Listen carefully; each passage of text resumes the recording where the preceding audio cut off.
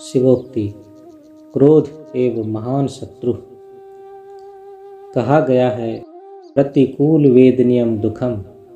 जीव, विशेषतः मनुष्य, जिस परिवेश में अपनी मानसिकता की धारा को अबाध गति से बहा देता है, वह धारा चाहे उसे आरंभ में अच्छा लगे या ना लगे, परवर्ती काल में उसी के अनुरूप ही संस्कार बनते हैं।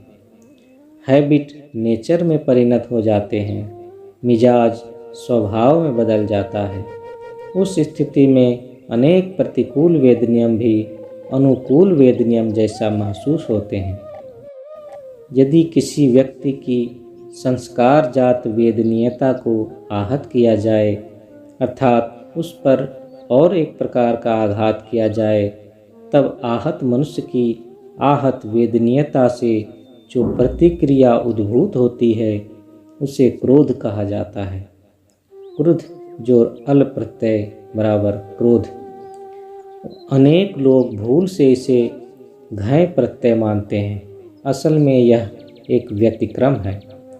यह क्रोध जब मनुष्य की देह में अपनी तरंग बनाता है, वह अत्यल्प काल में ही स्नायु कोशों को झकझोर देता है। वही मनुष्य की चिंता शक्ति को छिन्न विच्छिन्न कर देता है। स्नायु कोशों की अति चंचलता स्नायु तंतुओं को स्पंदित और कंपित कर देती है, जिससे सारी देह थरथरा कर कांपने लगती है। शरीर के विशेष विशेष अंगों में रक्त संचालन बढ़ जाता है। हृत्पिंड की क्रिया क्षतिग्रस्त हो जाती है। इससे स्वास्थ्य की अवनति होती है, संग्राम में पराजय हो जाती है, अकाल मृत्यु हो जाती है। केवल यही अंत नहीं है, क्रुद्ध मनुष्य की क्रोधावस्था में चिंतन शक्ति तो समाप्त हो ही जाती है। क्रोध के समाप्त हो जाने पर भी वह आच्छन्नता बलवती रहती है और मनुष्य घूम फिर कर उसी के बारे में सोचता रहता है, जिससे उसकी आध्यात्मिक साधना भी क्षतिग्रस्त हो जाती है।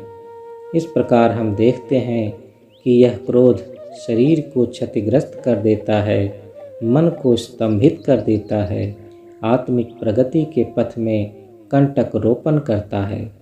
महायोगी शिव ने इस तत्व को सम्यक रूप से समझकर ही मनुष्य को कहा था, क्रोध एवं महान शत्रु।